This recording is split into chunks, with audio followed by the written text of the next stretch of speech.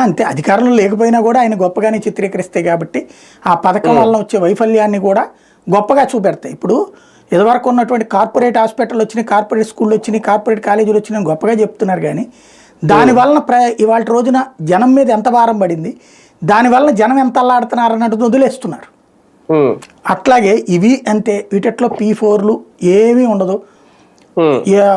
ఇప్పుడు ఆంధ్రప్రదేశ్లో ఒక 5 కోట్ల జనాభా ఉన్నారు కదా, వీళ్ళు ఒక 20 లక్షలు తీశారు కదా.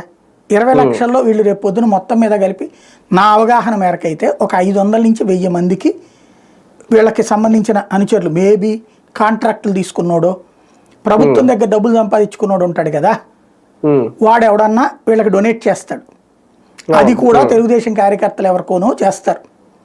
ఇది బంగారు కుటుంబం అంటే తెలుగుదేశం బంగారు కుటుంబం అవుతుంది. అదే సందర్భంలో మార్గదర్శి అంటే వాళ్ళ దగ్గర నుంచి డబ్బులు తీసుకున్న మార్గదర్శి అయి ఉంటాడు. ఇది ఒక 50, 100, 1000 చేస్తారు. మాక్సిమం 10,000 చేస్తే గ్రేట్ అండి 5 ఏళ్లలో. అంటే రేపు ఫస్ట్ అయితే 20,000 కుటుంబాలు ఏదో లెక్క చెప్పారు, 20,000 మందికి జరగబోతోంది.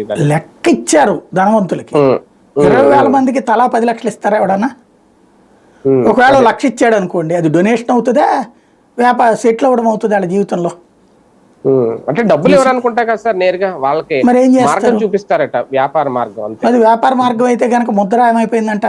ఇప్పుడు అప్పుడు ఏంటి, కొత్త బానిసల్ని తయారు చేయడం, మనం కొత్త బానిసల్ని తయారు చేయడం, లేదంటే గనక కొత్త బ్రోకర్లను తయారు చేయడం. మనం బ్రోకర్లకి వీళ్ళ తలకాయ తీసుకెళ్ళి ఇవ్వడం. అవును, ఇవాళ రోజున వ్యాపారం చేసేటటువంటి వాళ్ళకి ప్రభుత్వం తరపున చేస్తే ప్రభుత్వ బాధ్యత అవుతుంది. మరి